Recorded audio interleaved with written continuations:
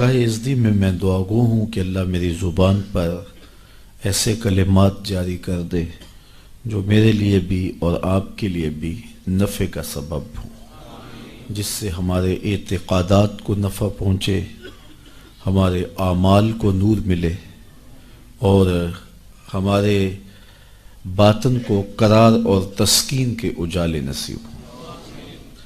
حضور کا ذکر کرنے اور سننے کے لیے ہم جمع ہوئے ہیں، اور یقیناً ہمارا اس مقصد کے لیے جمع ہونا اللہ اور اس کے رسول کی بارگاہ میں امید ہے کہ قبول ہوگا، چونکہ ایسی مجالس، ایسی محافل، ایسی خوبصورت مجالس نور بارگاہ ازدی میں مستجاب ہوتی۔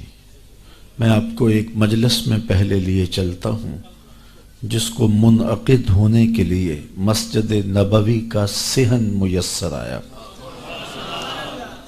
اور آج تو ہم جھولی پھیلا کے عرض کرتے ہیں، سنا ہے آپ ہر عاشق کے گھر تشریف لاتے ہیں، ہمارے گھر میں بھی ہو جائے چراغاں یا رسول اللہ۔ لیکن یہ وہ مجلس تھی کہ جس میں ایسا چراغاں ہوا کہ دنیا نے دیکھا۔ مجلس صحابہ بپا تھی، حضور حجرہ انور میں موجود تھے۔ صحابہ گفتگو اس عنوان سے کر رہے تھے کہ ہمیں حضور کی صورت میں انعام خداوندی ملا۔ یار جلسہ اچھا ہو جائے اور کوئی خطیب اچھا بیان کرے اور کوئی نعت پڑھنے والا خوبصورت انداز میں ثناخوانی کرے تو مہینوں تک اس کے تذکرے چلتے ہیں کہ یار ہمیں اچھا خطیب مل گیا، ہمارے جلسے کی کیسی رونق لگی، ہمیں اچھا نعت خواں مل گیا کہ کیسا رنگ بنا۔ تو پھر وہ کیوں نہ فخر کرتے ہوں گے جنہیں حضور ملے، ان کا عنوان کیوں نہیں یہ ہوگا اور ان کی گفتگو کا یہ موضوع کیوں نہیں ہوگا؟ تو خیر وہ اس عنوان سے گفتگو کر رہے تھے کہ حضور بھی تشریف فرما ہوئے، اور آپ نے آ کے صحابہ سے پوچھا، سنن نسائی کے لفظ پڑھ رہا ہوں، ویسے صحیح مسلم میں بھی یہ روایت موجود ہے، فرمایا ما اجلسکم، صحابہ تمہیں کس چیز نے بٹھایا ہے، کیوں بیٹھے ہو، تمہارے بیٹھنے کا مقصد کیا ہے، یہ جلسہ کیسا ہے؟ سادہ لفظوں میں اس کا یہ ترجمہ بھی کیا جا سکتا ہے ما اجلسکم، یہ جلسہ کیسا ہے؟ تو حضور علیہ السلام نے جب یہ ارشاد کیا تو انہوں نے جو جواب دیا وہ سنیے، ایک ایک لفظ پہ غور کیجئے۔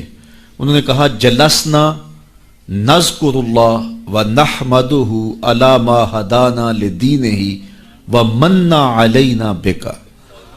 حضور ہم اس لیے بیٹھے ہیں، یہ جلسہ اس لیے ہو رہا ہے، جلسنا ہم اس لیے بیٹھے ہیں، نذکر اللہ کہ ہم اللہ کا ذکر کر رہے ہیں، وَنَحْمَدُهُ اور اس کی حمد بیان کر رہے ہیں، عَلَى مَا هَدَانَا لِدِينِهِ اس بات پر کہ اس نے ہمیں ہدایت دین دی، وَمَنَّ عَلَيْنَا اور ہمارے اوپر احسان کیا، بِكَ آپ کو عطا کر کے،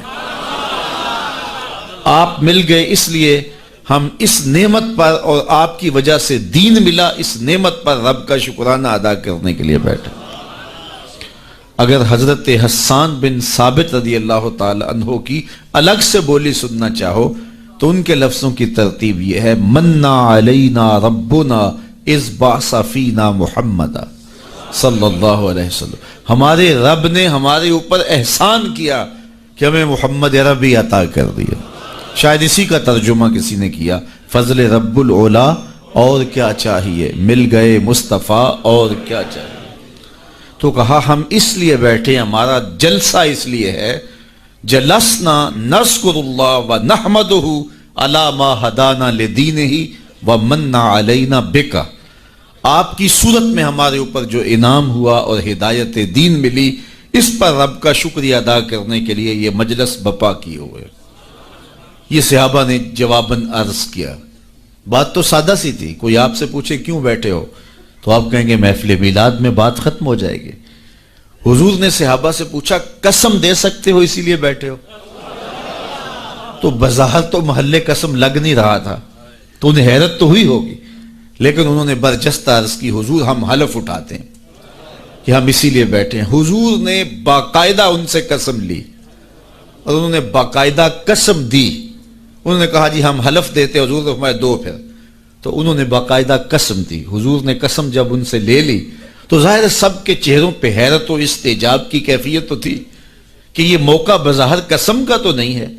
پوچھا گیا کیوں بیٹھے ہو؟ ہم کہتے ہیں اللہ کا ذکر کرنے بیٹھے ہیں, اللہ نے آپ عطا کیے, اللہ نے ہدایت دین دی, اس پر اس کا شکرانہ ادا کرنے کے لیے بیٹھے ہیں. بات تو ختم ہو جانی چاہیے تھی, لیکن حضور نے قسم مانگ لی. صحابہ نے باقاعدہ قسم دی. جب قسم لے لی تو پھر ان کے چہروں پر حیرت تو تھی. اس حیرت کو دور کرنے کے لیے فرمایا اے صحابہ میں تم سے جو قسم لی ہے یہ کسی تہمت کی بنیاد پر نہیں لی. تمہارے قول کی صداقت پر مجھے کوئی شک نہیں گزرا تھا کہ میں نے قسم سے تصدیق چاہی ہو. جو تم نے کہا مجھے پہلے اس کا یقین تھا, لیکن اس کے باوجود میں نے قسم لی. کیوں لی یہ سن لو میں نے کیوں لی. فرمایا تم یہاں بیٹھے تھے, میں حجرے میں تھا. اتانی جبریل علیہ السلام, میرے پاس جبریل امین حاضر خدمت ہوئے. فاخبرنی ان اللہ یباہی بکم الملائکہ, تو مجھے جبریل نے خبر دی محبوب ذرا باہر تو نکل کے دیکھو, تمہارے صحابہ کے اس عمل پر اللہ فرشتوں میں ناز کر رہا ہے.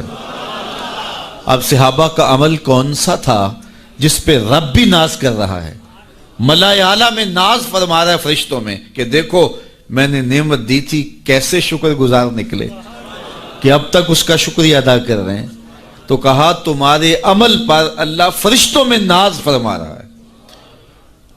تو اللہ کی رحمتوں سے کوئی بعید نہیں کہ آج کی مجلس بھی قبول کر لی جائے اور اللہ فرشتوں سے فرمائے دیکھو صدیاں بیت گئیں اور یہ آج بھی بیٹھ کے اس نعمت کا شکریہ ادا کر رہے ہیں, اور ہو سکتا ہے یہ میری اور آپ کی بخشش کی ضمانت قرار پائے. اس لیے آپ یہاں آئے ہیں, بیٹھے ہیں, درود و سلام کے ماحول میں بیٹھے ہیں. ابھی آپ نے شاہ صاحب سے حضور کی مدحت کے پھول لیے ہیں, آپ کے مشام ہستی معطر ہوئے ہیں اور سر شام سے ذکر کی کیفیت نور میں ہیں, اور اللہ نے چاہا تو تھوڑی دیر تک مزید اس کیفیت محبت میں گزریں گے, اور پھر حضور کی بارگاہ میں دست بستہ سلام ہوگا, پھر دعا کے لیے ہاتھ اٹھیں گے. تو یہ کتنے حسین لمحے گزریں گے ہمارے, اور یہ کتنی خوش نصیب گھڑیاں ہیں جو ذکر رسول میں بسر ہو جائیں.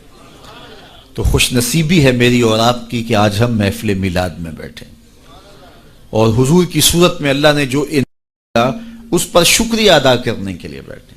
اگرچہ حق کے شکر ادا نہیں ہو سکتا, ساری زندگی بھی حق کے شکر ادا کرنے کے لیے پیشانی سجدہ میں رکھ کر کے اللہ کی تسبیح بولتے رہیں, لیکن اس نعمت کا شکر پھر بھی ادا نہ ہو پائے. اتنا بڑا کرم حضور کی صورت میں ہمیں نصیب ہوا ہے. میں نے کتب میں پڑھا ہے 12 نبیوں نے آرزو کی ہے حضور کی امت میں ہونے کی. ہم نے تو کوئی آرزو بھی نہیں کی تھی, ہم نے تو کوئی تمنا بھی نہیں کی تھی. سوئے تھے بخت جاگ پڑے. ہمارے والد گرامی مسجد سے مولانا کو بلا لائے, انہوں نے کان میں آ کے کہا مبارک ہو تو حضور کا غلام بن کے آ رہا. تو یہ کتنی خوش نصیبی ہے ہماری. آرزویں کی گئی, تمنائیں کی گئی. انبیاء علیہم السلام نے ہاتھ پھیلا پھیلا کے اللہ کی بارگاہ میں دعائیں کی. نبی آنے والے کی خبر دیتے رہے. کسی نے کہا ربنا وابعث فیہم رسولا, مالک آنکھیں بوڑھی ہو گئیں اب بھیج بھی دے اسے. کوئی بولا مبشرم برسول یاتی من بعد اسمہ احمد, چلو میں تمہیں پتہ بھی بتا دیتا ہوں, نام بھی بتا دیتا ہوں, اس کا نام احمد ہوگا. یہ حضرت عیسیٰ علیہ السلام نے کہا. آپ نے کہا اس کا نام بھی بتا دیتا ہوں آنے والا جس کے لیے زمانہ منتظر ہے, وہ جس کے ذکر پر داؤد نے نغمہ سرائی کی, وہ جس کے نام پر شاہ سلیمان نے گدائی کی. دل یحییٰ میں رہ گئے ارماں جس کی زیارت کے, لب عیسیٰ پہ آئے واز جس کی شان رحمت کے, جو بن کے روشنی پھر دیدائے یعقوب میں آیا, جسے یوسف نے اپنے حسن کی نئے رنگ میں پایا. ندانم آ گلے خنداں چے رنگو بودارت, ندانم آ گلے خنداں چے رنگو بودارت, کہ مرغے ہر چمنے آرزوئے اودارت. ہر کوئی اسی کا منتظر ہے, کوئی کہیں منتظر ہے، کوئی کہیں منتظر ہے، نستورہ کہاں منتظر ہے، بحیرہ راہب کلی ڈال کے شام کے راستے میں بیٹھا ہوا ہے۔ اس نے مذہب کی کتابوں میں پڑھا تھا کسی دن اس نے یہاں سے گزرنا ہے، وہی کلی جو ہے وہ ڈال کے بیٹھ گیا۔ وظیفہ کیا پڑھتا ہے؟ روزانہ صبح چھت پہ چڑھ جاتا ہے اور حجاز کی جانب سے آنے والے قافلے دیکھتا رہتا ہے۔ اللہ اکبر۔ اور شام کو جب اندھیرے گہرے ہو جاتے ہیں اور کلی کے اندر آ کے سو جاتا ہے، یہی وظیفہ کرتا ہے۔ شب ہجر کی سختیاں کوئی اس سے جا کے پوچھے، شب ہجر کی سختیاں کوئی اس سے جا کے پوچھے، تیری راہ تکتے تکتے جسے صبح ہو گئی ہے۔ تو شام سویرے اسی کا، اس کا وظیفہ یہی ہے۔ پھر ایک دن وہ مقصود بھی آ گیا۔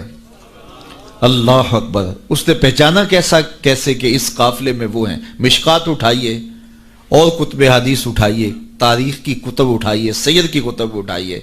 اس نے دیکھا کہ دائیں بائیں کے اشجار سجدہ ریز ہو رہے ہیں، تو وہ آج نیچے اتر آیا۔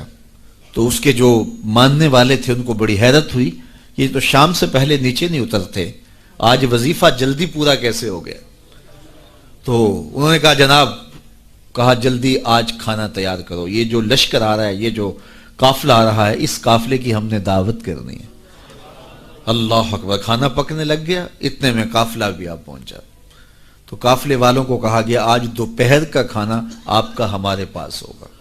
یہ قافلہ پہلے بھی یہاں سے گزرتا تھا، عرب تاجر جب شام جاتے تھے تو یہیں سے گزر کے جاتے تھے، اور اس کی کلی یہاں موجود تھی، اور یہ یہاں کبھی رکتے بھی تھے، لیکن کبھی اس نے پوچھا بھی نہیں تھا، التفات بھی نہیں کیا تھا۔ آج پہلا موقع ہے کہ کہا آج تمہاری دعوت ہے۔ انہیں بڑی حیرت بھی ہوئی اور خوشی بھی ہوئی۔ مسافر کو کھانا مل جائے تو پھر وہ تو بہت خوش ہوتا ہے، تو اسے خوشی بھی انہیں ہوئی اور پھر حیرت بھی ہوئی کہ یہ پہلے کبھی پوچھتا بھی نہیں تھا، آج کیا خاص وجہ ہے کہ ہماری دعوت کی جا رہی ہے؟ خیر، کہا ٹھیک ہے۔ جب کھانا تیار ہو گیا تو کہا آ جاؤ۔ تو ایک بہت بڑا درخت تھا اس کے کنیسہ کے ساتھ، جس کا بڑا گھنا سایہ تھا، سارے وہاں آ کے بیٹھ گئے۔ حضور علیہ السلام بھی چونکہ ساتھ تھے، اور حضور کو سامان کے پاس چھوڑ آئے، اور یہ آیا اور جس طرح کوئی چیز ڈھونڈتا ہے تو کہتا تمہارا کوئی شخص تو نہیں رہ گیا؟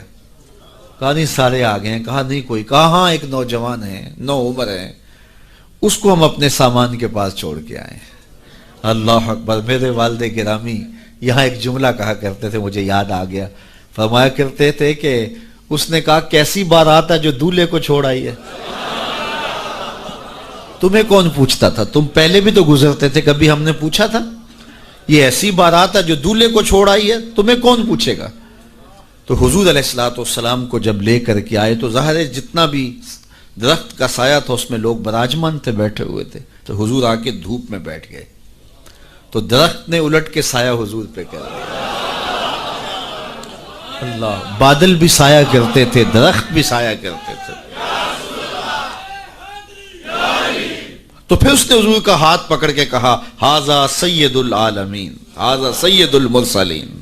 تو دنیا انتظار کرتی رہی، بحیرہ راہب انتظار کرتا رہا، نستورہ انتظار کرتا رہا، تبہ ہمیری انتظار کرتا رہا، نبی انتظار کرتے رہے۔ حضرت عیسیٰ اپنی قوم کو بٹھا کے حضور علیہ السلام کی مدح و ستائش سنا رہے ہیں۔ انجیل برنباس میں آج بھی یہ لفظ موجود ہیں، اگرچہ بہت ساری تحریف راپ آ گئی ان کتابوں میں، لیکن کچھ نشانات تو آج بھی ہیں۔ تو وہاں لکھا ہے کہ حضرت عیسیٰ نے جب کہا کہ لوگوں میرے بعد اب وہی آئے گا، تو ایک حواری اٹھا، اس نے کہا کہ حضرت جس کے قصیدے آپ بھی پڑھ رہے ہیں، کیا وہ آپ سے بھی افضل ہوگا؟ ہر امتی کا خیال تو یہی ہوتا ہے نا کہ میرے نبی سے افضل کون ہو سکتا ہے، مرید بھی یہ سوچتا ہے کہ میرے پیر سے افضل کون، حقیقت ہو یا نہ ہو لیکن سوچنے کا انداز یہی ہے۔ ہر شاگرد سوچتا ہے میرے استاد سے بہتر کون ہے، ہر بیٹا سوچتا ہے میرے باپ سے بہتر کون ہے، ہر جو ہے وہ کارکن کہتا ہے میرے لیڈر سے بہتر کون ہے۔ یہ آج کل جو سیاسی کارکن ہیں اپنے لیڈروں کے بارے میں کتنے پر امید ہیں اور کتنی ان کی محبتیں ہیں، تو ظاہر ہے وہ لیڈر مانتے ہیں تو محبتیں ہیں۔ اور ہر امتی اپنے نبی کے بارے میں سوچتا ہے کہ میرے نبی سے بہتر کون ہو سکتا ہے۔ وہ تو بدبخت ہے جو نبی بھی مانے اور عیب بھی نکالے۔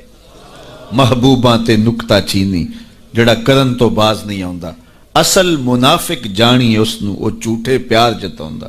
سانو دسیا عشق دے مفتی جڑا مڑ مڑ پیا فرماوندا، آزم جتھے دل لگ جاوے اتھے عیب نظر نہیں آوندا۔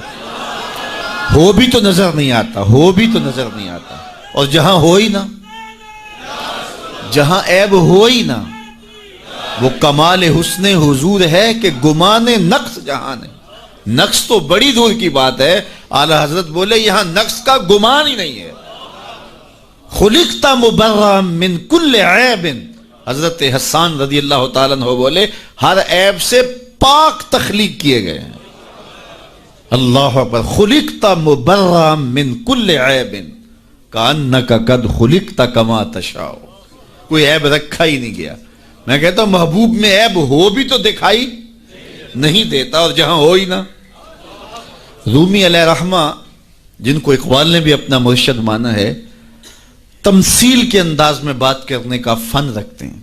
بات کرتے ہیں ایک سادہ سی مثال سے اور بہت بڑی حقیقت سمجھا دیتے ہیں، اور اللہ نے ان کو یہ ملکہ دیا۔ تو رومی علیہ رحمہ نے اس حقیقت کو ایک بہت بڑی مثال، سادی سی مثال سے سمجھا دیا۔ کہتے ہیں کسی نے، بادشاہ وقت نے لیلا کو دربار میں بلایا، اور چونکہ بڑا شہرہ تھا، یہ جو مجنو جو تھا یہ شہزادہ تھا باقاعدہ، لیکن ہوش و حواس باختہ ہو گئے، بس محبت کا ایسا جنون چڑھا کہ اصلی نام بھی جاتا رہا۔ تیری محفل میں آ کے بدنام ہوئے، نگاہ زمانہ میں بے نام ہوئے، تو نے وعدہ کیا بچھڑیں گے نہ ہم، تیرے ہی ہاتھوں سے نیلام ہوئے۔ تشخص مٹ گیا، پہچان مٹ گیا، نام ہی مٹ گیا۔ کہتے ہیں حضرت امام حسن اور حضرت امیر معاویہ کا جب وہ خلافت کا معاملہ تھا، تو کسی نے اس سے پوچھا کہ ہاں بھئی تیری رائے کیا ہے، یہ اس دور میں ہوا ہے نا، تو کہا کہ ہاں تیری رائے کیا ہے؟ اس نے کہا دونوں ہی حقدار نہیں ہے، میری لیلا حقدار ہے۔ تو کہا آنتا مجنون، تو کہیں پاگل تو نہیں ہو گیا؟ تو اس سے اس کا نام مجنون پڑ گیا۔ تو مجنون نام پڑ گیا، نام تو کیس تھا اس کا، لیکن نام بھی مٹ گیا، تشخص بھی مٹ گیا، پہچان بھی مٹ گیا، شہزادہ ہو کے گلیوں میں رل گیا، نام بھی باقی نہ رہا۔ اللہ اکبر۔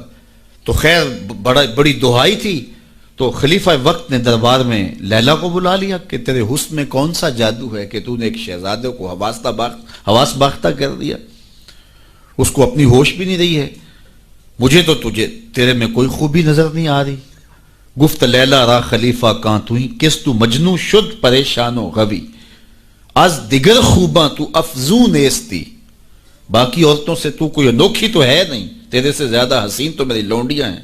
گفت خامش چوں تو مجنو نیستی، لیلا نے کہا بادشاہ چپ کر جا، تو کوئی مجنو تو نہیں، میں تمہیں خوبصورت نظر آؤں، تو کوئی مجنو ہے؟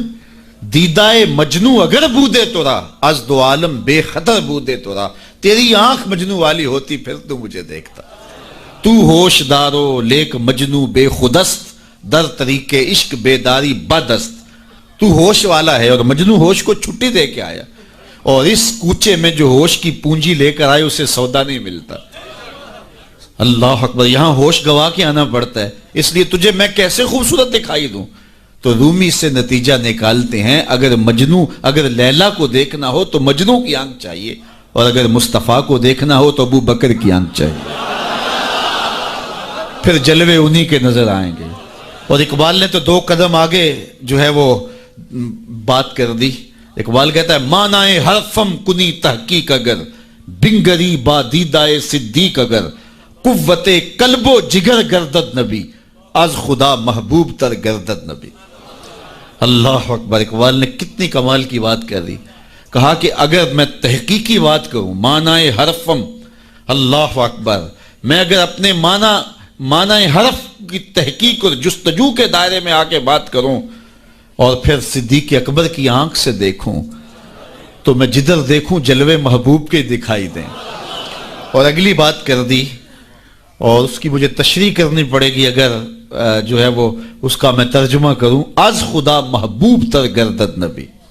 اقبال کہتے ہیں کہ خدا سے بھی نبی محبوب لگنے لگ جاتے ہیں۔ تو اس کا کیا معنی ہے؟ تو اس پر بہت کچھ کہا جا سکتا ہے، لیکن سادہ اس کا مفہوم یہ ہے کہ خدا کی چوکھٹ تک رسائی نصیب ہوتی ہے تو پھر بھی شکریہ نبی کا ادا کرنا پڑتا کہ آپ نہ ہوتے تو یہ در بھی نہ ملتا، یہ دہلیز ملی تو آپ کی وجہ سے ملی نا۔ اسی لیے سجدہ کر کے، رکوع کر کے، قیام کر کے، سب کچھ کرنے کے بعد پھر ہاتھ باندھ کے کہا السلام علیکہ ایھا النبی، اے محبوب تمہارے اوپر سلام ہو جس نے مالک کی دہلیز دکھائی، جنہوں نے مالک کی چوکھٹ دکھلائی، ورنہ آج بھی اندھیروں میں بھٹک رہے ہوتے اگر آپ تشریف فرما نہ ہوتے۔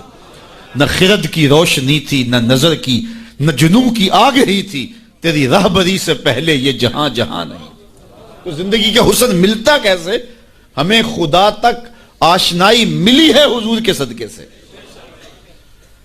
اللہ اکبر، فیض پہنچا اے رضا احمد پاک کا، اعلی حضرت بولے فیض پہنچا اے رضا احمد پاک کا، ورنہ ہم کیا جانتے خدا کون ہے۔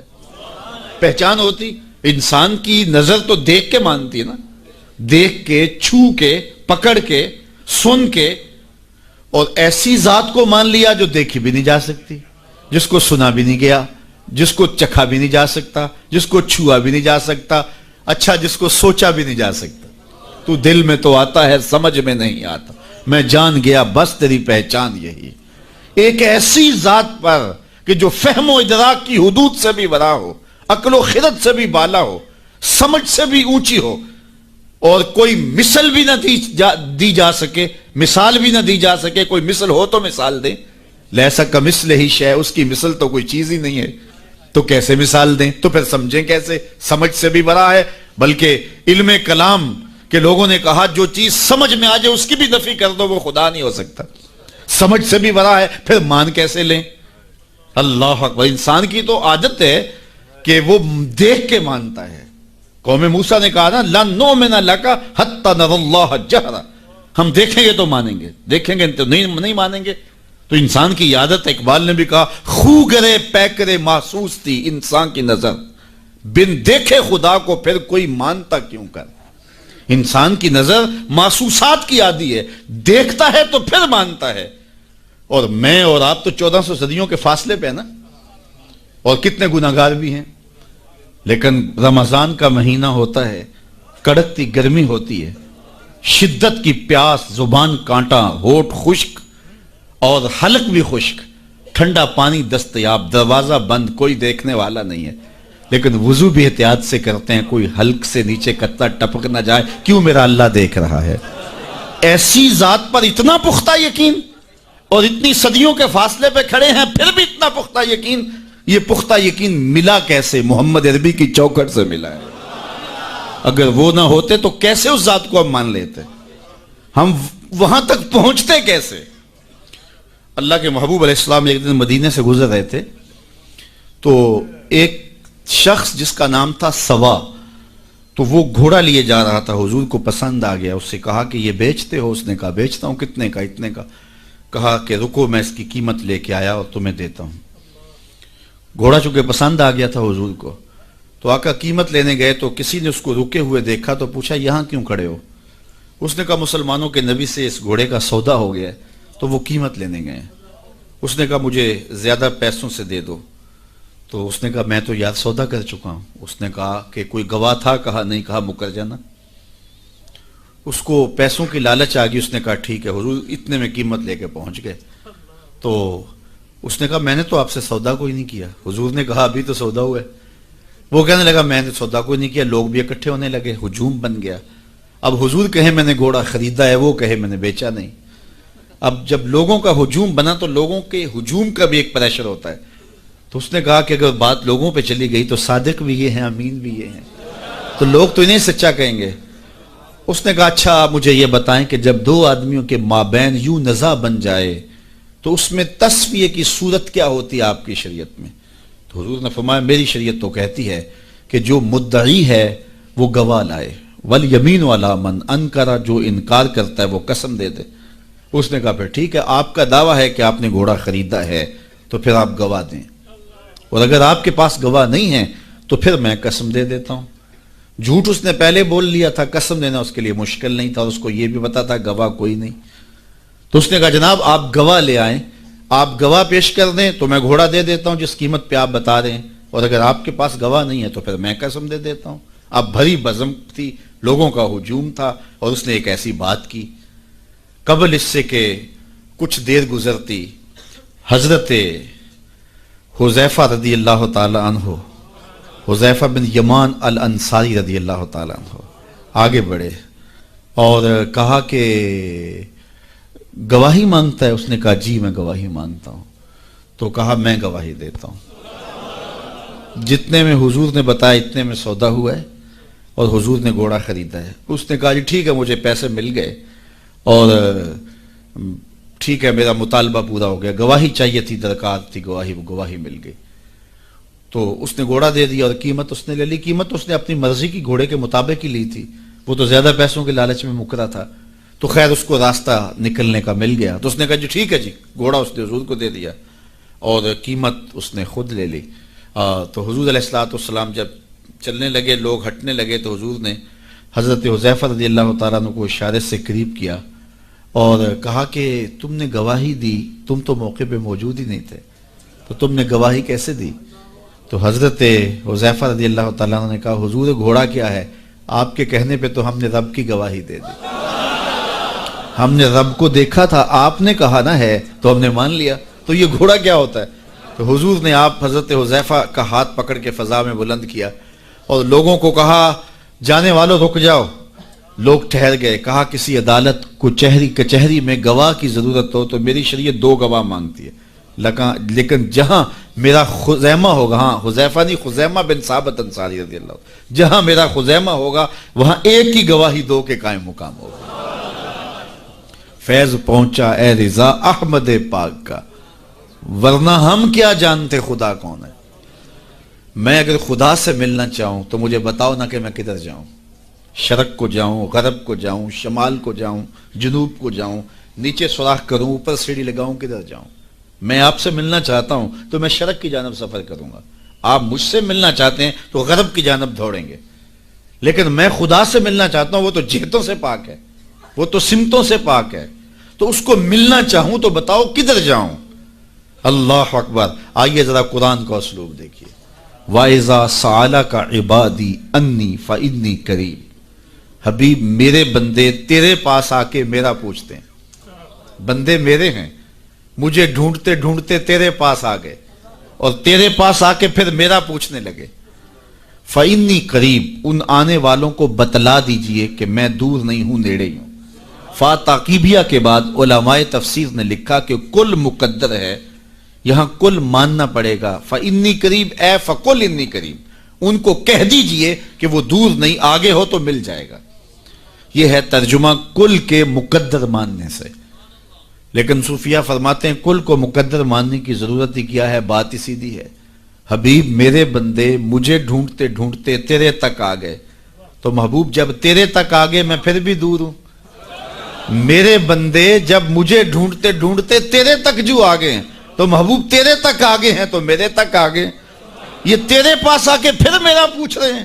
خضر بتلائے تو کیوں کر بتلائے، اگر ماہی پوچھے کہ دریا کہاں ہے، اگر مچھلی چھلانگ لگا کے غوطے کھا کے پھر پوچھے کہ دریا کدھر ہے تو خضر کیا بتائیں گے اسے؟ محبوب تیری گلی میں آ کے میرا پوچھتے ہیں، جو تیرے پاس آگے وہ میرے پاس آگے، چونکہ تیرے تک پہنچنا ہی تو میرے تک پہنچنا ہے۔ اور میرے امام پھر بولے بخدا خدا کا یہی ہے در، نہیں اور کوئی مفر مکر، جو وہاں ہو یہیں آ کے ہو، جو یہاں نہیں وہ وہاں نہیں، وہی لا مکان کے مکی ہوئے، سر عرش تخت نشیں ہوئے، یہ نبی ہیں جس کے ہیں وہ مکان، وہ خدا ہے جس کا مکان نہیں۔ تو کہا اگر خدا تک پہنچنا ہے تو مصطفیٰ تک جانا ہوگا، بس یہی راستہ خدا تک پہنچتا ہے۔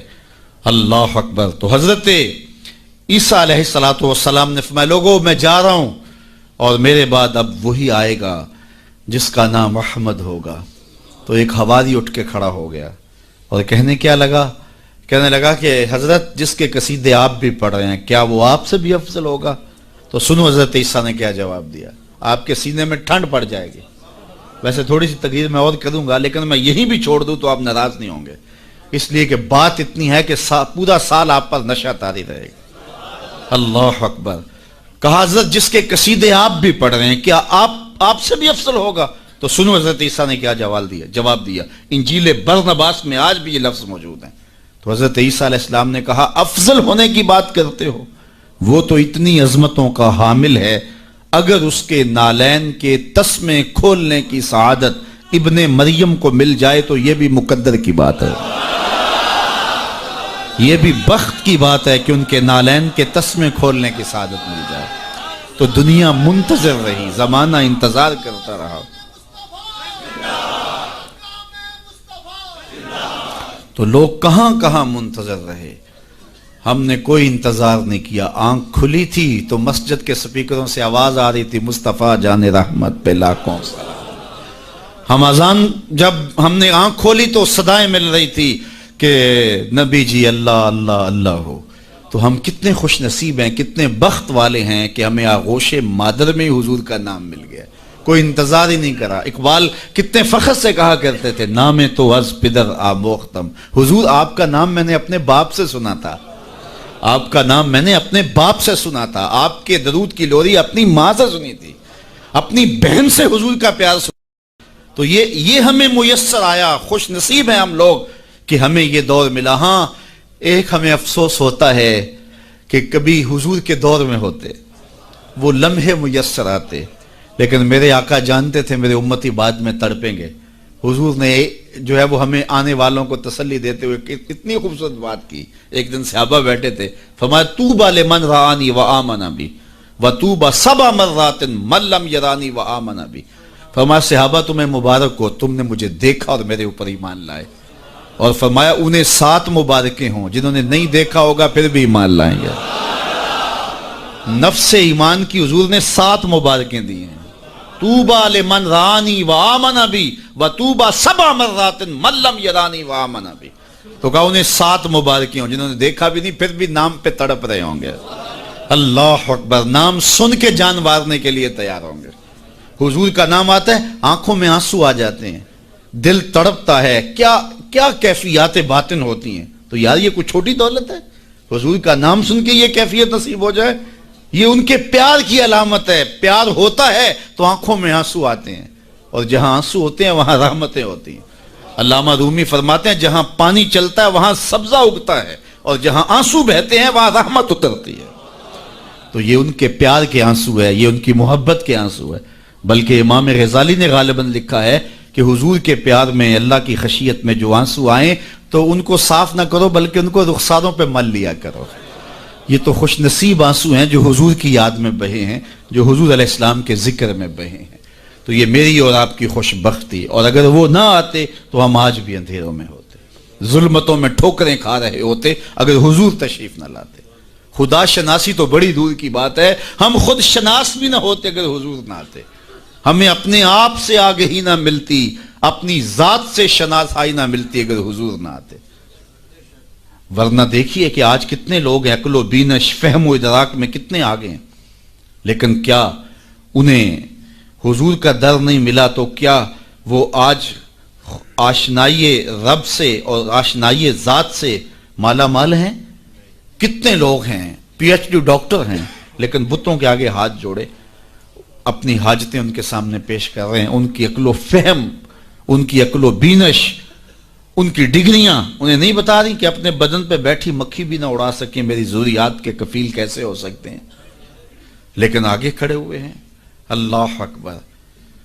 لیکن دوسری جانب میں ایک مثال دیا کرتا ہوں، میں ایک بچپن میں ایک چیز دیکھی کہ ہماری مسجد میں ایک بچہ اپنے پینچے کو مل مل کے دھو رہا تھا، تو میں نے دودھ سے جھڑکنے کے لہجے میں اسے کہا کہ تم نے اتنا زیادہ پانی کھولا ہوا ہے، تو وہ کہنے لگا جی میں گلی سے گزر رہا تھا تو کسی جانور کے پیشاب کا چینٹا پڑ گیا اور میں سکول جا رہا ہوں، اور وہ کوئی درس نظامی کا فارغ التحصیل نہیں تھا کہ اس نے نجاست غلیظہ و خفیفہ کے احکام پڑھے ہوں۔ تو اس سے میں سوچنے لگا کہ اس ڈاکٹر کو تو سمجھ نہیں آئی جو گائے کا پیشاب تبرک سمجھ کے پی رہا ہے، اور اس 8 سال کے پرائمری کلاس کے بچے کو سمجھ آ گئی، اور یہ پانچے کے اوپر پڑے ہوئے پیشاب کے غیر مری چھینٹے کو بھی گوارا نہیں کر رہا۔ تو میں نے کہا اس کی طبیعت میں یہ تقدس کہاں سے آ گیا؟ تو اندر سے آواز آئی وہ ہے ڈاکٹر لیکن اس کے ہاتھ میں دامن میرے حضور کا نہیں، اور یہ ہے بچہ لیکن ماں نے گٹی میں پیار حضور کا دیا ہے، اس لیے تقدس اس کی روح تک اتر گیا ہے، اس کے باطن میں اتر گیا ہے۔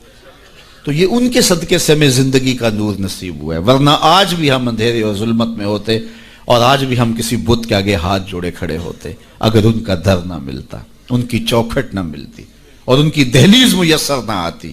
نہ خرد کی روشنی تھی، نہ جنوں کی آگ ہی تھی، تیری رہبری سے پہلے یہ جہاں جہاں نہیں تھا۔ اور آج زندگی کا سارا نور اور باطن کے سارے اجالے اور شعور و عقل اور فہم و ادراک کی ساری دولتیں جو ہمیں میسر ہیں، یہ حضور علیہ السلام کی ولادت کے صدقے سے ہمیں میسر آئی ہیں، ورنہ وحشیوں سے بدتر معاشرہ تھا اور بدترین معاشرہ تھا جس میں زندگی انسانیت کاٹ رہی تھی۔ بلکہ میں کہوں گا کہ صرف حضور علیہ السلام کی آمد کے فوائد مرتب صرف مسلمانوں پہ نہیں ہوئے، مومنوں پر احسان تو ہے ہی ہے کہ ان کی دنیا بھی اور آخرت بھی سنور گئی، باقی بھی پوری کائنات کے اوپر بسنے والے انسانوں کو جہاں کہیں بھی آپ کو شعور اور روشنی اور اجالا نظر آئے گا، وہ سارا صدقہ ہے آمنہ کے جگمگاتے چاند کا۔ جہاں بھی روشنی نظر آئے گی آپ کو، جہاں بھی کسی نے کچھ سیکھا ہے۔ آج ہم اگرچہ کچھ معاملات میں کچھ قوموں سے پیچھے رہ گئے اور وہ بہت آگے جا چکے ہیں، لیکن انہوں نے یہ نور اٹھایا کہاں سے ہے، یہ روشنی لی کہاں سے ہے؟ اگر معاشرتوں کی روشنیاں ہیں، اگر عدل و انصاف کے نور پھیلے ہیں معاشرے میں اور مختلف قوموں کے اندر، تو وہ سارے کے سارے اسی دہلیز سے لیے گئے ہیں اور اسی چوکھٹ سے اٹھائے گئے ہیں۔ تو ہمیں بھی اسی دہلیز پہ آ جانا چاہیے اور اپنی زندگی کو حضور علیہ السلام کے طریقہ کے نور کے مطابق ڈھال لینا چاہیے۔ ہمیں تو کسی اور در پہ جانے کی ضرورت نہیں ہے، ہمیں تو کسی دہلیز پہ ماتھا ٹیکنے کی ضرورت نہیں ہے، ہمیں تو مکمل اسوہ اور مکمل نمونہ زندگی دیا گیا حضور کی ذات کی صورت کے اندر۔ اس لیے ہم اپنی گھریلو زندگی سے لے کر کے اپنے سیاسی امور تک اسی دہلیز سے لے کر کے اپنی زندگی کو جنت بنا سکتے ہیں اور اپنی آخرت بھی بہتر کر سکتے ہیں۔ دوسرے لوگوں نے حضور علیہ السلام کے اصول و ضوابط، حضور کے دیے ہوئے جو ہے وہ نظام زندگی سے روشنی لے کر کے اپنی دنیاوی زندگی کو تو جنت بنا لیا، لیکن حضور علیہ السلام سے باطنی تعلق قائم نہ کر سکے اور اپنی آخرت جو ہے وہ روشن نہ کر سکے۔ اور ہمارا تو حضور سے باطن کا ربط ہے، حضور سے دل کا تعلق ہے، اس لیے ہم اپنی آخرت بھی سنوار سکتے ہیں اور ہم اپنی دنیا بھی سنوار سکتے ہیں، شرط یہ ہے کہ ہم حضور کے ہو جائیں۔ پھر ہمیں عزت بھی ملے گی، ہمیں سرخروئی بھی ملے گی، تخت و تاج بھی ہمارے رب کا وعدہ ہے، وَأَنْتُمُ الْأَعْلَوْنَ إِن كُنتُم مُؤْمِنِينَ۔ تم مومن بن کے دکھاؤ، ساری عزتیں تمہارے قدموں پہ رکھیں گے۔ بن کے تو دکھاؤ نا۔ یہ کافر لگتے کیا ہیں؟ کافر لگتے کیا ہیں؟ اگر انہیں دنیاوی عزتیں دی گئی ہیں تو انہوں نے اصول و ضوابط اختیار کیے ہیں۔ اقبال نے وہ جب شکوے کی زبان کھولی تو اس میں کہا نا کہ کافر کو دیے حور و قصور اور مومن کے لیے فقط وعدہ حور، تو اس کے جواب میں کہا تم میں کوئی حوروں کا چاہنے والا ہی نہیں، جلوائے طور تو موجود ہے کوئی موسیٰ ہی نہیں۔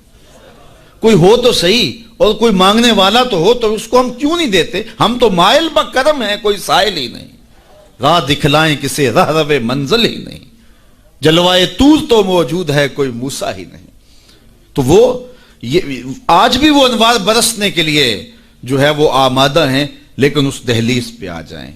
ہم نے اپنے آقا و مولا کے ساتھ اپنا باطنی تعلق تو قائم کیا ہے، لیکن ہماری زندگی کی ترجیحات کچھ اور ہو گئیں، اور جس کے نتیجے کے اندر آج ہم دنیا سے جو ہے وہ کٹ گئے اور آج رسوائیوں اور ذلتوں میں اپنی زندگی بسر کر رہے ہیں۔ اقبال علیہ رحمہ نے جب شکوے کا لہجہ اختیار کیا تو فتویٰ بھی متوجہ ہوا اور بہت سخت لہجہ تھا، لیکن جواب آتے ہی سارا نشہ اتر جاتا ہے۔ جب وہ شکوہ کرتے ہیں تو اس میں کرتے ہیں کہ تیرے کعبے کو جبینوں سے بسایا ہم نے، نوع انسانی کو غلامی سے چھڑایا ہم نے، صفائے دہر سے باطل کو مٹایا ہم نے، تیرے قرآن کو سینوں سے لگایا ہم نے، پھر بھی ہم سے گلہ ہے کہ وفادار نہیں، ہم وفادار نہیں تو بھی تو دلدار نہیں۔ تو بڑا تلخ لہجہ ہے، لیکن اب اس کا جب جواب آتا ہے تو سارا نشہ اترتا ہے۔ لفظ وہی ہیں، صرف صیغہ بدلتا ہے، لفظ وہی رہتے ہیں، صرف صیغہ تبدیل ہو جاتا ہے۔ اب جواب کیا آ رہا ہے؟ پہلے تو یہ تھا کہ صفائے دہر سے باطل کو مٹایا ہم نے، نوع انسانی کو غلامی سے چھڑایا ہم نے۔ اب ادھر سے آواز آ رہی ہے، صفائے دہر سے باطل کو مٹایا کس نے، نوع انسانی کو غلامی سے چھڑایا کس نے؟ میرے کعبے کو جبینوں سے بسایا کس نے؟ میرے قرآن کو سینوں سے لگایا کس نے؟ تھے تو آبا وہ تمہارے ہی، مگر تم کیا ہو؟ ہاتھ پہ ہاتھ دھرے منتظر فردا ہو، ہر کوئی مست مئے ذوق تن آسانی ہے، تم مسلمان ہو یہ انداز مسلمانی ہے، حیدری فقر ہے نئے دولت عثمانی ہے، تم کو اسلاف سے کیا نسبت روحانی ہے، وہ معزز تھے زمانے میں مسلمان ہو کر، تم خار ہوئے تارک قرآن ہو کر۔ ہماری پستی، ہماری ذلت، ہماری رسوائی اس نظام زندگی کو چھوڑ دینے سے ہے۔ ہم اپنے آپ پہ غور کریں، اپنی زندگی پہ غور کریں، ہم کہاں کھڑے ہوئے ہیں۔ یہ بات تو ہمیں کہی گئی تھی نا کہ جو الطہور نصف الایمان، صفائی آدھا ایمان ہے، لیکن یہ ان لوگوں نے اپنا لیا کہ جن کے مذہب میں نہانا اور غسل کرنا روا نہیں تھا۔ آپ جو ہے وہ فرانس کی خوشبوئیں پوری دنیا کے اوپر مشہور جانتے ہیں، کبھی اس کا پس منظر بھی جو ہے وہ معلوم کیا کہ کیا ہے؟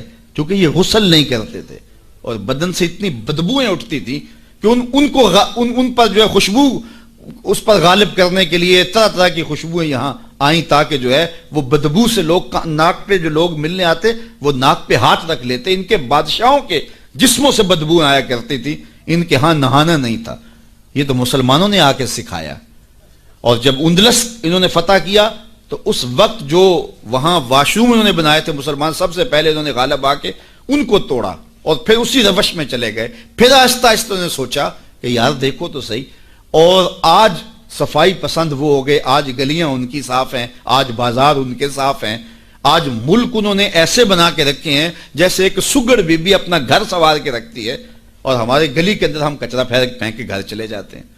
میں بعض کا گزرتا ہوں، چونکہ تنگ گلیوں میں بھی جاتا ہوں، بازاروں میں بھی جاتا ہوں، پیدل بھی جاتا ہوں اور سواریوں پہ بھی جاتا ہوں، آپ بھی یہ منظر دیکھتے ہیں کہ 6 فٹ کی گلی ہوتی ہے تو دونوں جانب نالیاں ہو رہی ہوتی ہیں، تو درمیان میں صرف 3 فٹ جگہ ہوتی ہے۔ میاں ایک سائڈ نالی بنا لو، چلو گلی کشادہ ہو جائے، لیکن ادھر والے نہیں مانتے کہ ہماری جانب نالی ہو، وہ کہتے ہیں ادھر نہیں مانتے، چلو فیصلہ کیا کہ دونوں جانب نالیاں ہوں۔ جب قوم کا مزاج یہ ہوگا تو کیا قوم ترقی کرے گی جو اتنی قربانی بھی نہیں دے سکتی؟ تو اب گندگی کے ڈھیر جگہ جگہ پڑے ہوئے ہیں۔ حکومت کو چھوڑیں آپ، حکومت کی ترجیحات، حکومت کی دلچسپیاں، ان کے معاملے، وہ تو جو کرتے ہیں، جو فریضہ ہمارا تھا ہم نے وہ نبھایا، ہم نے اس فریضے کو پورا کیا۔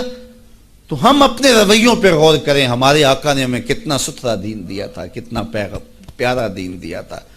میں نے اس مرتبہ میلاد کے موقع پہ کہا کہ دیکھو ہماری ترجیحات کہ ہم نے پورا، میں گلی سے گزرا تو وہ گلی کے اوپر پورا وہ گوٹا کناری کی ہوئی تھی اور جھنڈیاں بھی اور چراغاں بھی کیا تھا اور بہت زیادہ پیسے لگے ہوئے ہوں گے، تو نیچے جو ہے وہ گلی تو وہ کچی تھی، تو میں نے کہا اگر یہ اوپر نہ ہوتا، نیچے کنکریٹ کی گلی ان پیسوں سے بن جاتی تو یہ رسول اللہ زیادہ خوش نہ ہوتے اور حضور کی امت کو زیادہ نفع نہ ہوتا اور یہ میلاد کے نام پہ ہو جاتا، لیکن نیچے کچی گلی ہے اور وہ کہتے ہیں یہ حکومت کی ذمہ داری ہے، اور ہم نے اوپر گلی کے اوپر گوٹا کناری بھی کی ہوئی ہے اور اسے چراغاں بھی کیا ہوا ہے اور اس کے اوپر فانوس بھی لٹکائے ہوئے ہیں اور لاکھوں روپے اس گلی کو سجاتے ہوئے ہم نے لگا دیا۔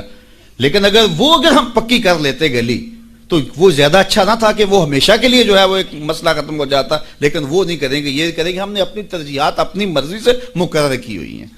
تو میرے رسول صلی اللہ علیہ وسلم نے جو ہمیں دین دیا ہے اس دین کو اختیار، اس کا یہ مطلب نہ لیا جائے کہ میں میلاد کے چراغاں کا مخالف ہوں۔ آج کل تو یہ بھی بڑا ڈر لگا رہتا ہے کہ فتوے ایک دم جو ہے وہ متوجہ ہو جاتے ہیں اور کافر سے نیچے تو چھوڑتے ہی نہیں نا، لیکن یہ دکھڑے ہیں ہمارے۔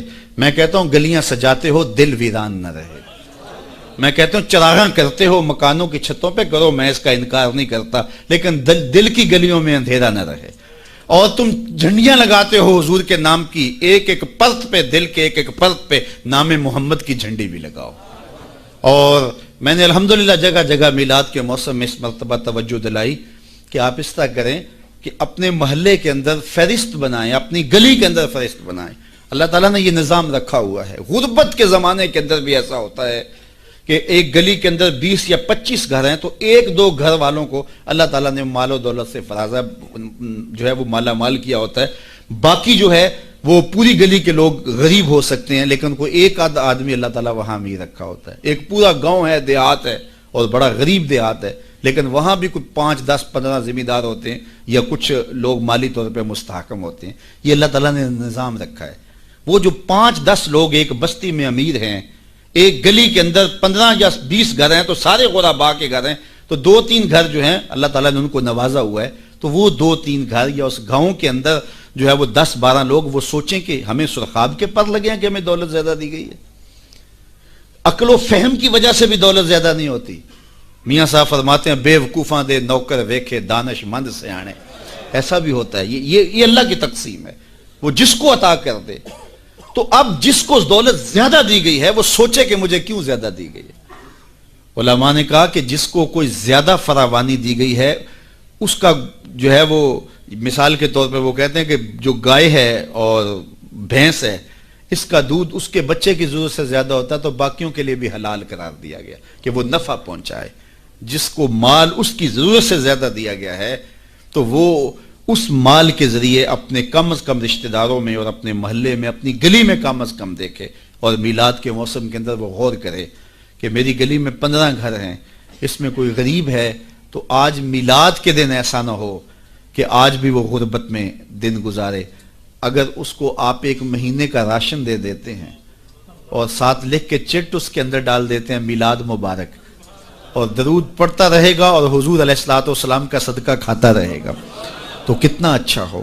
تو یہ وہ چیزیں ہیں جس کی طرف ہمیں توجہ کرنی چاہیے. اور میں سمجھتا ہوں کہ حضور علیہ السلام کی محبت سے معاشرے کے دکھ جو ہیں وہ سمیٹے جا سکتے ہیں. آقا کریم علیہ الصلوۃ والسلام نے محبت سے ہی معاشرت کو جو ہے وہ اپنے قریب کیا اور لوگ ایمان کی دولت سے مالا مال ہو گئے.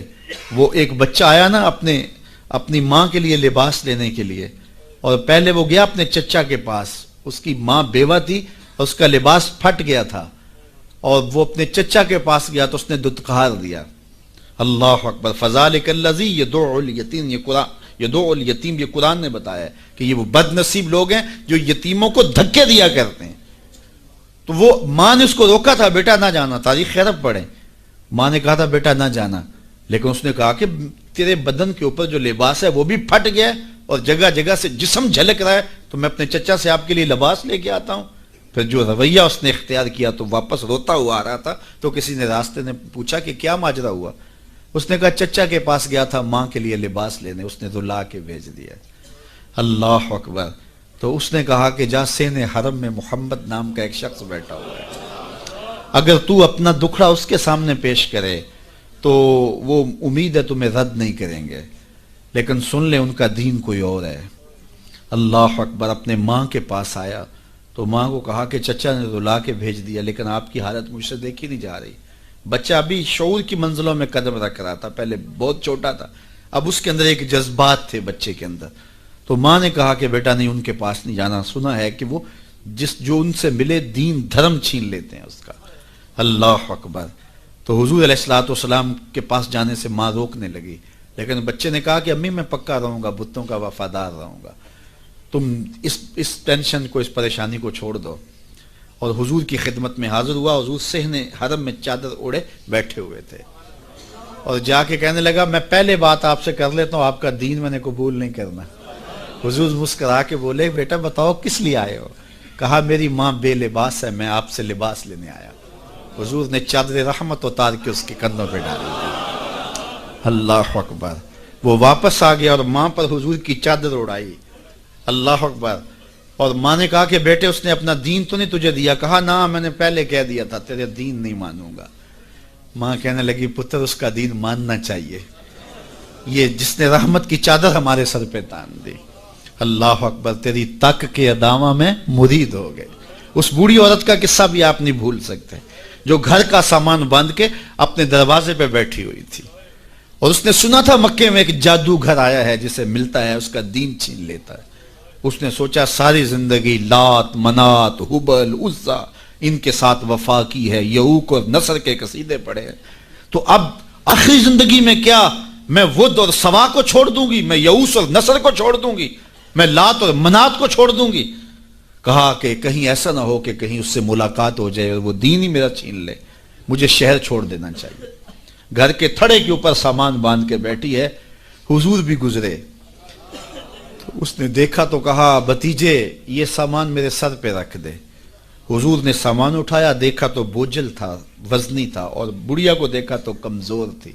تو کہا کہ بڑھیا اگر چاہو تو جہاں چاہتی ہو میں خود نہ چھوڑا. اس نے کہا اس سے بڑی مہربانی کیا ہوگی, میں تو لاولد ہوں, میری تو اولاد نہیں ہے, تو میں شہر چھوڑ کے جا رہی ہوں. راستے میں حضور نے سامان اٹھایا ہوا ہے اور بڑھیا سے باتیں بھی کرتے جا رہے ہیں. تو بڑھیا کو کہا کیوں جا رہی ہے؟ اس نے کہا کہ سنا ہے یہاں ایک جادوگر ہے جو لوگوں کا دھرم لوٹ لیتا ہے, لوگوں کا دین لوٹ لیتا ہے. میں نے ساری زندگی بتوں سے وفا کی ہے, میرے آباء و اجداد نے بتوں سے وفا کی ہے. میں چاہتی ہوں دین اجداد ہاتھ سے چھوٹ نہ جائیں. آخر اس شہر میں رہتی ہوں, کہیں مل نہ جائے. تو میں چاہتی ہوں کہ میں شہر چھوڑ جاؤں, زندگی کی چند سانسیں باقی ہیں, میں وفا کے ساتھ تو گزاروں. غالب نے کہا تھا نا وفاداری بشرط استواری اصل ایمان ہے. اس پہ اختلاف بھی کیا جا سکتا ہے. مرے کعبے میں تو بت خانے میں گاڑو برہمن کو. وہ کہتا ہے چاہے بت سے وفاداری ہو, وفاداری تو ہو. تو اس نے کہا میں تو وفاداری کرنا چاہتی ہوں اپنے بتوں سے, اور میں شہر چھوڑ کے مکہ جا رہا ہوں. جانتی ہوں ام القریٰ ہے, بستیوں کی ماں ہے. اس شہر کو شہر جمال کہتے ہیں, شہر خوباں ہے, لیکن میں اس شہر کو چھوڑ کے جا رہی ہوں. خیر حضور نے کچھ نہیں کہا, اس کا سامان نہیں پھینک دیا کہ ٹھیک ہے تم پھر جاؤ. سامان اس کا اٹھایا اور جہاں تک اس نے جانا تھا سامان پہنچایا. سامان سپرد کر کے واپس پلٹنے لگے. تو اس نے کہا بچے اپنا نام تو بتا دے, لوگ کہیں گے کہ مکہ چھوڑ آئی ہو تو بتاؤں گی ایک جادوگر کے دکھ سے چھوڑ آئی ہوں. تو وہ کتنا برا بھلا کہیں گے شہر مکہ کو کہ جس مکہ سے لوگ نقل مکانی کرنے پہ مجبور ہو گئے. تو میں انہیں یہ بھی بتاؤں گی کہ جس مکے میں جادوگر رہتا ہے اتنا اچھا نوجوان بھی رہتا ہے. تو تیرا نام لیا کروں گی, تیرے قصیدے پڑھا کروں گے. تو حضور علیہ السلام مسکرا پڑے, کہا بڑھیا جس جادوگر سے بھاگ کے آئی ہے وہ تیرے سامنے کھڑا ہے. اس نے کہا سچ سے آپ ہی محمد ہیں؟ حضور نے فرمایا نام میرا یہی ہے. تو اس نے کہا پھر آپ کا جادو میرے پہ چل گیا ہے. اللہ اکبر, تیری تک کے ادامہ میں مرید ہو گئی. لوگوں کی خدمت کریں, بوڑھوں کے کام آئیں, دکھیوں کے کام آئیں, مصیبت زدہ کے کام آئیں. حضور یتیم ہو کے یتیم پرور تھے, لاچاروں کی مدد کرتے, لوگوں کے گھروں میں پانی بھر کے دے دیتے, اور دکھیوں کے کام آ جاتے اور مصیبت زدوں کے کام آ جاتے. تو حضور سے پیار کرنے والوں, امت میں آپس میں حسد نہ پھیلاؤ, بغض نہ کرو, نفرتوں کے پہاڑ اکٹھے جو کھڑے نہ کرو, ایک دوسرے سے پیار کرو, جڑو, امت وحدہ بنے, اور اپنے ماحول کو, اپنی معاشرت کو ایک خوبصورت معاشرت کا رنگ دو, اور اپنی زندگی کو حضور کے نام کر دو. حضور کی محبت تو انسانوں کو جوڑتی ہے, حضور علیہ السلام کی محبت تو انسانوں کو یکجا کرتی ہے. جس طرح ایک باپ کے بیٹے ہوتے ہیں اور آپس میں پیار کرتے ہیں, اور ان کی سانج باپ ہوتا ہے, ساری امت کی سانج آمنہ کے لال ہیں. تو حضور کی وجہ سے ہم جڑے ہوئے ہیں, حضور کے نام پہ ہم اکٹھے ہوئے ہیں. تو اپنی زندگیوں کے اندر عملی تبدیلی پیدا کریں. آقا کریم کی اسوہ نور کو دیکھیں, کتنا میٹھا اسوہ تھا میرے حضور کا, کتنی میٹھی زندگی گزار کے گئے ہیں, کتنا پیارا دور حضور نے گزارا ہے, اور وہ ہمارے لیے مکمل, اکمل اور خوبصورت نمونہ ہے حضور کی حیات طیبہ. اللہ ہمیں حضور علیہ السلام کی حیات کا نور نصیب کرے, اور زندگی کے جو ایام ہمیں بچے, ہمیں میسر آئے ہیں, ان ایام میں یاد خدا میں ہماری زندگی گزرے. جب ہم ایک دوسرے سے پیار کریں گے, حسد نہیں ہوگا, حقد نہیں ہوگا, بغض نہیں ہوگا, کینے نہیں ہوگے, نفرتیں نہیں ہوں گی, تو پھر زندگی خوشگوار ہوگی. ہم نے اپنی زندگی کو خود جہنم زار بنایا ہوا ہے. ایک دوسرے کے اوپر ہماری بدگمانیاں, ایک دوسرے کے اوپر حسد, بغض اور کینے, اس نے زندگی کو اوکھا کر دیا ہوا ہے. اور سمجھتے یہ ہیں کسی نے جادو کر دیا ہے, کسی نے ٹونا کر دیا ہے, کسی نے سایہ کر دیا, کسی نے تعویذ ڈال دی ہیں. اور میاں کسی نے ڈالا ہوا, ہم نے اپنے اندر تعویذ خود حسد اور بغض کے ڈالے ہوئے ہیں. وہی ہمیں چین نہیں لینے دیتے, ہمیں سکون نہیں آنے دیتے. اور اگر اپنے اندر کو صاف کریں, ستھرا کریں, پاکیزہ کریں, 5 گانا سجدہ ریزی کی عادت ڈالیں, کسی کا برا نہ چاہیں, اللہ کی مخلوق کے لیے رحمت اور راحت کا سامان بن جائیں, تو پھر دیکھنا کہ کوئی تعویذ آپ کے اوپر نہیں ہوگا. کسی بابے کے پاس چوکڑی بڑھنے کی ضرورت بھی نہیں ہوگی, اور گڑولیاں بھرنے کی ضرورت بھی نہیں ہوگی. تمہارا رب اتنا مہربان ہے کہ 70 ماؤں سے زیادہ اپنے بندے سے پیار کرتا ہے. ہر ایک شخص کے ساتھ اس نے ایک محافظ فرشتہ مقرر کیا ہوا ہے جو شیاطین سے حفاظت کرتا ہے بندے کی، تو اس کی تو کرم نوازی ہے۔ زندگی کو اوکھا ہم نے خود اپنے لیے بنایا ہوا ہے، تو زندگی کو سوکھا بنائیں، زندگی کو آسان بنائیں، زندگی کو راحت کدہ بنائیں، جہنم کدہ نہ بنائیں۔ اور یہ تب ممکن ہوگا جب ہم حضور علیہ السلام کے طریقہ حیات کے مطابق اپنی زندگی ڈال لیں گے۔ میلاد میں آنے والوں کے لیے یہی پیغام ہے۔ اللہ تعالیٰ جل شانہ آپ سب کو دنیا آخرت کی بھلائیاں عطا فرمائے اور ساری زندگی حضور کے ساتھ ہمیں وفا کی توفیق دے۔ بار دیگر ہم اپنے مرحوم بزرگوں کے لیے دعا گو ہیں کہ اللہ ان کی قبر کو کروڑوں رحمتوں کا اور کروڑوں کرم نوازیوں کا مرکز بنائے۔ وآخر دعوانا ان الحمد للہ رب العالمین۔ کی محمد سے وفا تو نے تو ہم تیرے، یہ جہاں چیز ہے کیا لوح و قلم